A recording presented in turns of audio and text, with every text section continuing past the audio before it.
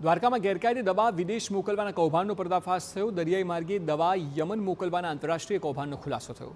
પ્રેગાબાલિન નામની કેપ્સ્યુલના 116 બોક્સ અને અન્ય 5 પાર્સલ જપ્ત કરાયા। પોલીસ દ્વારા 9.5 લાખથી વધુ પ્રેગાબાલિન કેપ્સ્યુલનો જથ્થો જપ્ત કરાયો। જપ્ત કરાયેલી દવાની કિંમત 80 લાખથી વધુ હોવાનું અનુમાન છે।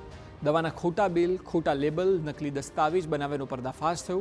દવાનો જથ્થો પુણે અને મુંબઈની કંપનીઓમાંથી મંગાવવાનો ખુલાસો છે। મુંબઈ, પુણે, જામખંભાળિયા, સલાયા, યમનના 5 શખ્સો વિરુદ્ધ ગુનો દાખલ થયો છે।